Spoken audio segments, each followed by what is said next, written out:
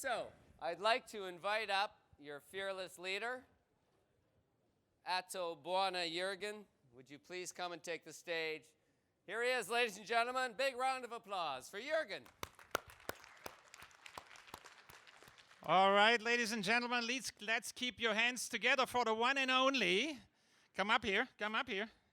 Stephen, come up here. Not how it goes. The most amazing aerobics instructor, the fearless comedian, the most annoying of all moderators we've ever had. Annoying. The one and only, the one and only Stephen. Give it away for him. Come on.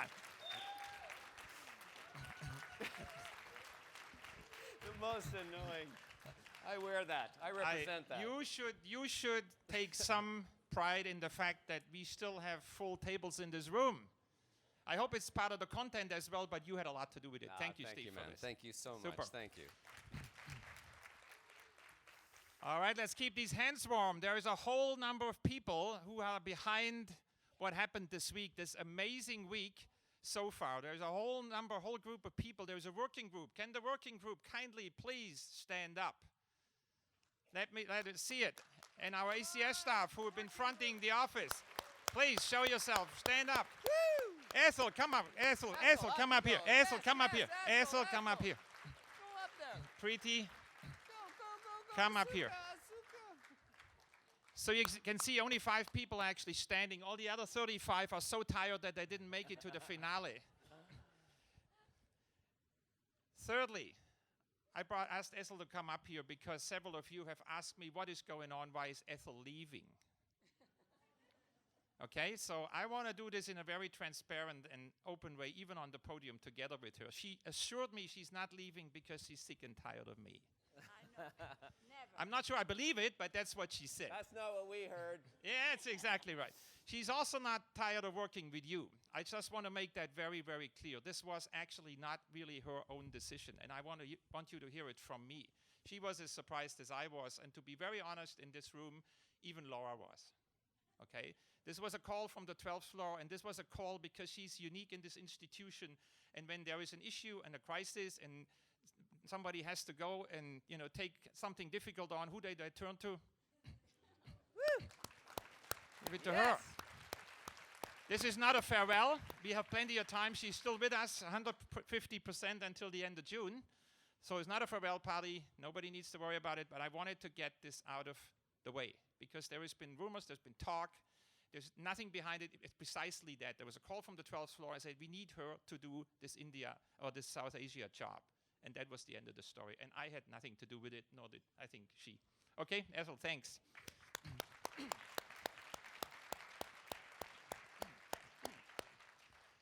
Okay, so did you find this week exciting so far? Right?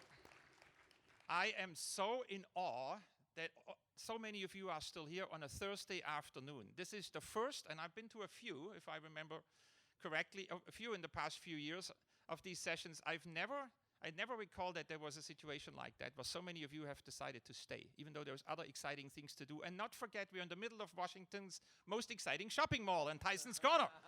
And you're still here. Really? So this is testimony to the team that put this together, but it's also testimony to you as a team coming together as a global practice, getting inspired, getting excited about what really matters and what you all can do to make the world a better place. And this started on Monday already. We have a moral obligation. You heard it from James. I unfortunately missed it, but we have a moral obligation to help the world get ready for the future. The future is happening faster than we expected, and it's happening to us as we speak on an everyday basis. And it's clearer to me than ever before that all of you in this room have a role to play in shaping it. Wherever you go, whatever you do, whoever you speak to, at whatever level, you can have an impact and you make a difference. And I know many of you are doing that. We've seen it throughout the course of the week, and many of you are in individual conversations. I know you're all doing this already. The purpose of this week is to give you more excitement, more inspiration, but also more tools and instruments to do it even further, to be more ambitious, to be more bold, and to take the stuff on where you said, actually, that's not really my field. That's my colleague does that. That is true technically to a significant extent, but it's not true to all of us as ambassadors of this institution. When you have a conversation, it is okay to talk about things that lead to a further dialogue, even if you're not a technical expert, that provide a teaser, that get people excited and inspired, and they want more and come back to the bank, and you can then bring the technical specialists and expertise. And yes, you're doing that. I think the purpose was just to encourage you to do even more. So what are the topics we have been talking about this week? I'm not going to dwell on a lot of the details, but let's just briefly go through it a little bit. The future is very uncertain going forward. We went through this scenario analysis, and for some of you, this may have been a new way of looking at the world. This is not the typical scenario analysis like we did with the IPCC, the climate change, where we said we need a 2-degree world. What do we need to do to get us to a 2-degree world? That's one way of thinking about the future. This was a different exercise. This was saying, actually, we know a few things. We know population growth is going to happen. That's pretty certain. We know it's getting warmer. We know a bunch of other things, but there's certain things we really don't know. We do not know, for instance, whether we will be in a more connected or in a less connected world.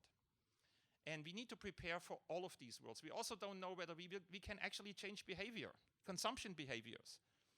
We don't know. We don't have a lot of experience whether we can move from what we're doing right now, which we've discussed many times before, which is a very resource-intensive habit of inhabiting this planet, whether we can move to a less resource-intensive way of consumption and living. We actually don't know whether we will succeed. We all hope we will, and we will be forced into that trajectory, but to what extent we can get ahead of it is unclear. So if you look at these two axes, you have 4 different potential worlds, and each one of them is equally plausible. And each one of them we have to think about, anticipate, and prepare for as an institution and also individually and also as companies.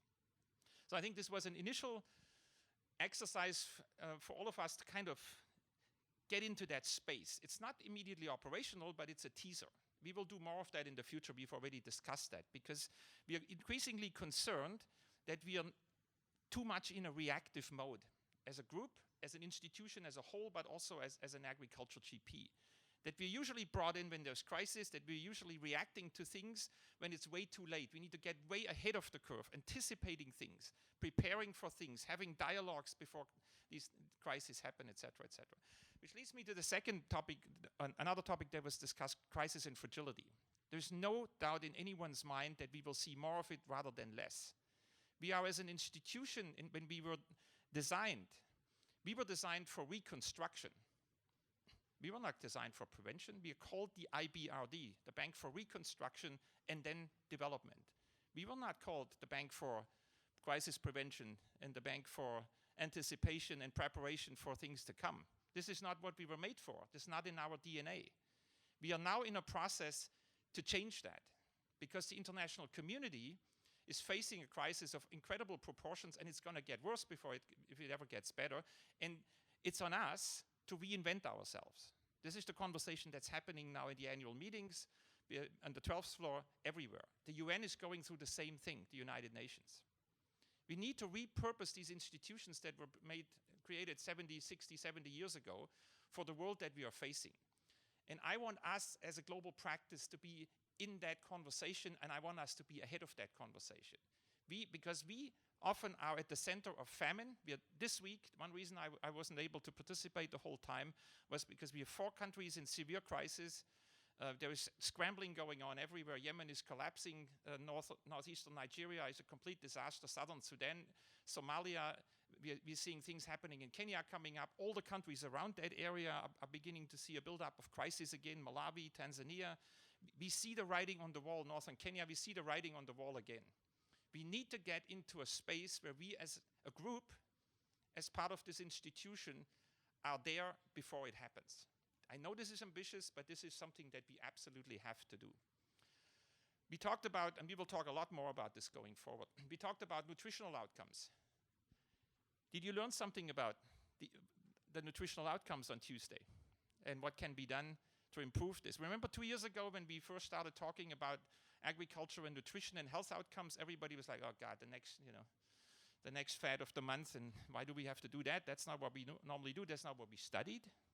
So why should we get engaged? Today, this is more urgent and more important than ever. It is shifting the dialogue from food security to nutrition security, from food self-sufficiency to nutrition security. That's at the end of the day where every country needs to be.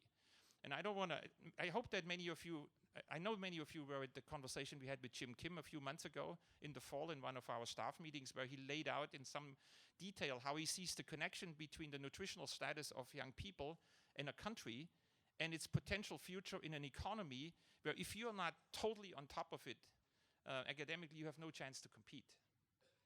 The age of low-paid jobs in 20 or 30 years from now is over. You can only compete if you have the best cognitive ability possible. And if you don't nourish the children right, it will not happen. That is clearly the way things are being discussed, and that's where it's going. And we need to begin to really make a change. In addition, the health cost associated with nutritional diseases, non-communicable diseases, are now at the very top of the scale. It used to be third in terms of all global cost associated with disease. The health and the nutrition-related diseases were like third, non-communicable. They are now at the top. It's a multi-trillion-dollar challenge. And the trajectory is not going in the right direction. It's getting worse. Not me. Not me ringing, so somebody's phone is ringing. The trajectory is getting worse. We are doing some very interesting analytical work at the moment where we are trying to understand to what extent nutritional diversity within the first 1,000 days of a child has an impact on the rate of stunting and the impact on the rate of cognitive development. Surprisingly, this has not actually been studied to the extent you would expect. What has been studied is what has sanitation to do with it, what is the height of the mother have to do with it, if you have your child in a hospital environment or at home. All these are correlated to outcomes, stunting outcomes and nutritional outcomes and many others. The agriculture part of this, the food part of this, has not been studied very well. And there is now very interesting evidence coming out with our colleagues from IFPRI and others to sort of say it's actually a very significant part. None of this is a silver bullet. There is no solutions that individually we can solve a problem. We need to do this multi-sectorally, and I'll come back to this in a second. It's not something we can do alone. We need to do it together with everybody else. It's a package. And we also need to understand that different countries need different solutions in the nutrition space. What works in Indonesia may not work somewhere else on the planet because of the way the nutritional deficiencies are spread throughout the quintiles and throughout the population. Some countries have huge gaps in income between the rich and the poor, and there's huge difference between stunting rates at the rich and the lower income populations. In other countries, that's not the case. So every country needs a specific approach to this. So nutrition, we talked about fragility and conflict. I alluded to this a little bit. We will see more of it. It's going to get worse. We as a global practice have to get our heads around this, and we have to get ahead of this. And I want to get to a point where we don't only perform in a superior fashion when there is a crisis. When there is a crisis, everybody scrambles and we're all brilliant and we get things done in 3 weeks and it goes to the board and everybody gets kudos and is happy and it's done and it's great. We need to make this the mainstream. I'm not talking about 3 weeks, but we need to make it the mainstream that we have a system that works more smoothly in our regular work and that anticipates the problems before they get too big. Climate change we talked about. We are now in the middle of it. You've all heard John Room today. Did you find John Room interesting? You were all sitting at the tables, and listening to him. I could see it. John is an extraordinarily dedicated senior director that leads the climate change CCSA. He's deeply passionate. I spent a lot of time with him. So did Ethel in the last few months, and Mark Sadler and many in the room, to sort of put ourselves square and center in their agenda. Their agenda is to mainstream the climate agenda throughout the institution. They want to support us as a global practice and everybody else in the institution to understand what the problem is, what it is we can do to increase our impact on the climate problem, both adaptation but also particularly mitigation. He talked about getting us from 21 to 28%. You could see how passionate he is about this and how he sees the role of the CCSA as one of a service provider, an intellectual partner but a service provider. If there are any questions, if anything needs to happen, don't see them as competition. They are our friends. They really want to work with us and help us. And we already have great teams doing this, and I want to really strengthen this and make it more operational going forward. You heard the other colleagues internally as partners. These are all non-Aggies, but they're passionate about agriculture, and they want to be a part of this conversation. So I want to encourage you, wherever you are, Don't look back on what happened in the past. Don't be distracted by certain individuals who may not welcome a conversation. Just go out and keep engaging the others and bring them in. Because we cannot, as I said earlier, agriculture depends on everyone else. We had in the Shark Tank just earlier a conversation. How many of the policies that affect agriculture outcomes are actually agriculture policies? Think about it. Very few of them. Most of them, and Holger and the team are working on a set of these policy notes. Most of them have to do with macro policies, distortion, fiscal policies, taxation policies, trade policies. You just name them. Not the Minister of Agriculture's got nothing to do with this. This happens to the agriculture sector, both positive and negative. So this is an area we need to get a lot more deeply into. So then we had the analytical work. Of course, it was actually, to me, it was amusing to watch when the 4 chief economists gave you advice of what to do. What did they say? Remember? Tell a story, right? Tell a story. Yes, do proper analytics, but tell a story. Actually, what you did is you told a story to them. And you told a story to the client. This was their line. Tell a story to the client. Essel and I designed this in a way so that you actually tell a story to your client, because your chief economists are your clients to some extent when it comes to ASA. And I thought there was a brilliant dynamic as it was unfolding. Okay, so this is the beginning. It's only 3.5 days. We have tomorrow, we have a multi-sectoral Nexus Day tomorrow.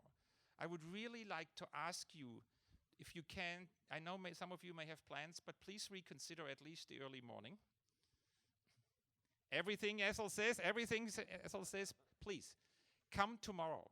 It matters. Laura is going to be there, our vice president, in the morning, and it's an opportunity for you to hear from some of the other sectors how they see us engage with us. It was not easy to get the senior directors to do this because they all have their own weeks. They're all really, really busy. So I'm very grateful to them. But if we don't come, that would be a very poor signal. I really hope you can come, you can contribute. I heard several good examples of how we are already moving into Nexus-type projects. Svetlana was telling me a story just earlier about what the government of Mexico just agreed on doing a new project which links water, agriculture, and energy deliberately in a new approach. And I'm sure there's a lot of that going on out there. I want that to come out tomorrow, if that's at all possible. Then next week, there will be regional days. Both Essel and I will go to some of them. I have to unfortunately leave on Wednesday, so I have to go to London to something. But I will be in a couple of them and reconnect with you to turn what we heard this week, the inspirational stuff. How do you get the new innovation in? What do we do about nutrition? How do we, tell the story to the minister? To get this a little deeper into the practical operational reality, and be very happy to do that. I hope that you can all continue to stay as engaged as you are.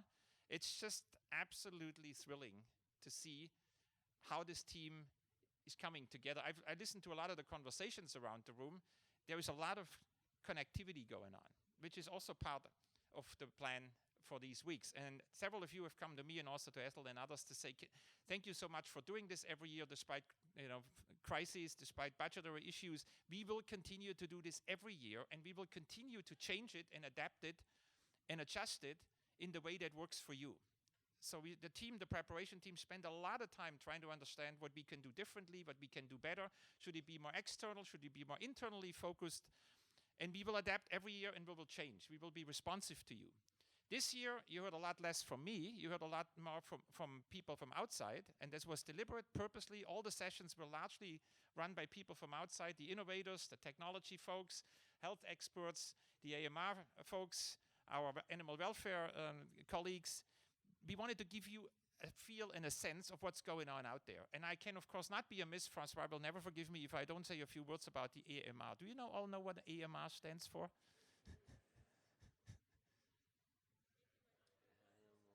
Antimicrobial resistance, right? That's exactly it. And so, and animal welfare is the same issue. It's a reality for all of us going forward. And what you've learned, take it home. But don't put it in the shelf. Take it home, read up on it, because many of you have never heard of AMR before, that's my understanding. Read up on it and try to figure out what this actually means, and take it further. And then don't keep it there. in your own mind. Take it out to the client. Everything that you experience, learn today, get the client excited about these issues, get them excited about new technologies, getting excited about the new IT ideas, all the stuff that we've been hearing. Take it out and turn it into our next line of business. With that, I want to say thank you, close it, and we all see you for a well-deserved drink. Thanks, everybody.